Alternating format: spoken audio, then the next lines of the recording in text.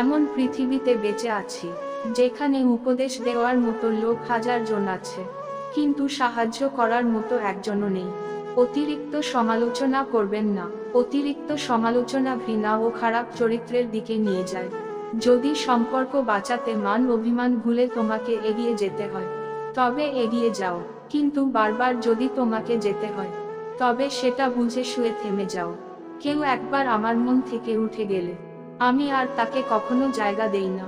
এটা আমার ইগো না, এটা আমার আত্মসম্মান। অন্যজন কষ্ট পাবে বলে যে কথাটা বলতে গিয়ে গিলে ফেলেন, রবের কাছে তা অনেক বড় দামি ইবাদত। কিছু মানুষ শুধুমাত্র নামেই বেঁচে আছে।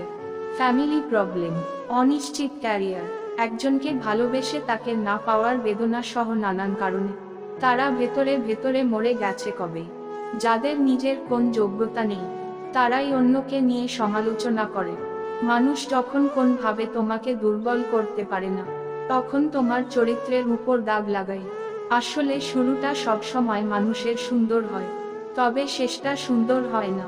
অবশেষে পরিস্থিতির পিছুটানগুলোই জিতে যায়।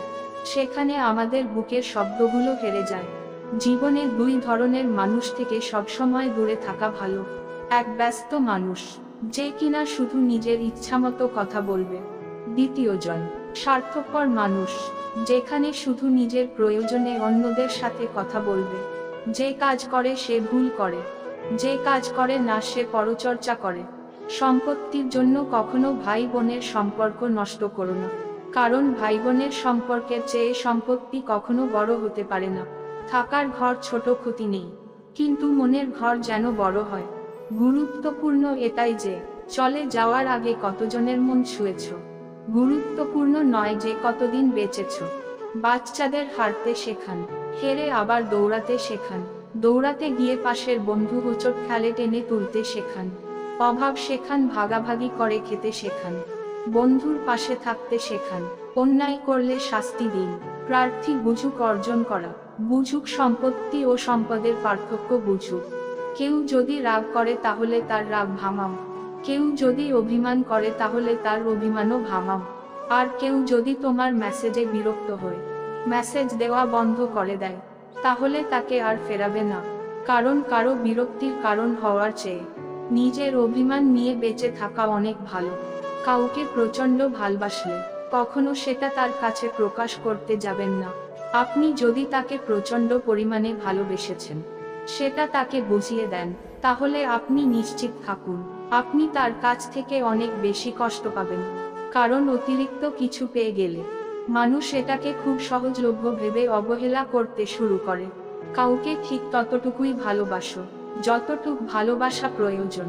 প্রয়োজনের চেয়ে বেশি ভালোবাসা পেয়ে গেলে মানুষ এটার মূল্য দিতে জানে না।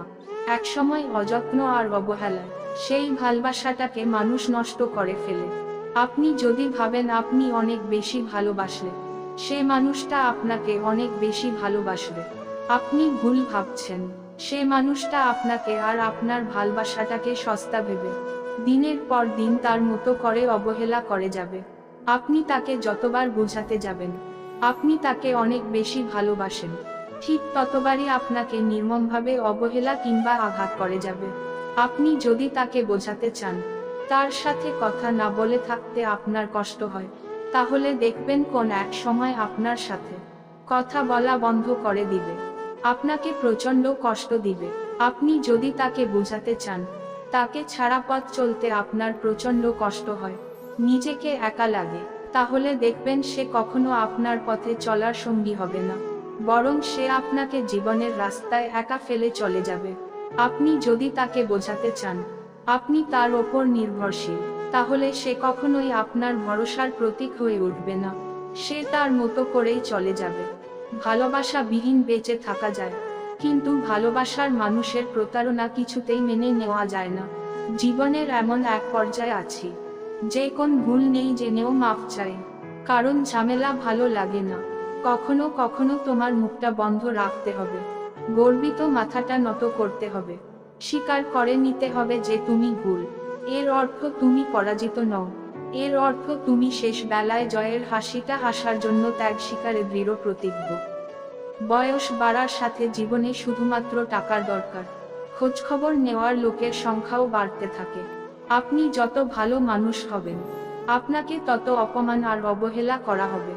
এটাই বাস্তবতা। মনের মধ্যে পুষে রাখা রাগ, হিংসা ও জেদ ক্যান্সারের মতো মানুষকে কুড়ে কুড়ে খাবে। তাই থাকতে চাইলে মানুষকে ক্ষমা করার অভ্যাস গড়ে তুলুন। তুমি যার জন্য তোমার সব ভালো লাগার ইচ্ছা স্বার্থ ত্যাগ করবে, একদিন সেই বলবে আমি বলেছিলাম করতে। জীবনে ওঠা পড়া থাকবে, সুখ দুঃখ থাকবে, তাই বলে পিছিয়ে যেতে নেই। দেখবে একটা সময় তুমি প্রতিষ্ঠিত হওয়ার পর সবাই তোমাকে গুরুত্ব দিবে। কেউ আমার সঙ্গে মিথ্যা বলছে, এই জন্য আমি হতাশ নই, বরং আমি এই কারণে হতাশ যে এখন থেকে আমি আর তাকে বিশ্বাস করতে পারবো না। আমি শুধু সেই মানুষটাকে কখনো ভুলবো না, যাদের জন্য আমি নিঃশ্বাস বন্ধ হয়ে যাওয়ার মতো কষ্ট নিয়ে কেঁদেছি। কাউকে মিথ্যা বলে খুশি করার চেয়ে সত্য বলে কাঁদানো অনেক ভালো। এতে সে আপনার উপর রাগ করলেও কখনো আপনার উপর থেকে বিশ্বাস হারাবে না। জানেন তো, আজকের দিনে কেউই কষ্টের কথা জেনে ভরসার হাতটা বাড়িয়ে দেয় না। এটাই সব থেকে কষ্টের জায়গা। নিজেকে শক্ত করতে হয়, সস্তা নয়। প্রতিটা মানুষেরই আত্মসম্মানবোধ আছে, হুট করে কোন কিছুই হয় না। বদলে নিতে হয় প্রিয় মানুষের জন্য। পরিবর্তন একদিনে আসে না। শরীর খারাপের জন্য ডাক্তার পেয়ে যাবেন, মন খারাপের ডাক্তার কোথাও নেই। তাই হয়তো মন খারাপটাই বেশি দুর্বল করে দেয়। অন্য কাউকে কাঁদিয়ে তুমি যতই সুখে থাকো না কেন, মনে রেখ তোমার নিয়তি একদিন তোমাকে ঠিক কাঁদিয়ে ছাড়বে।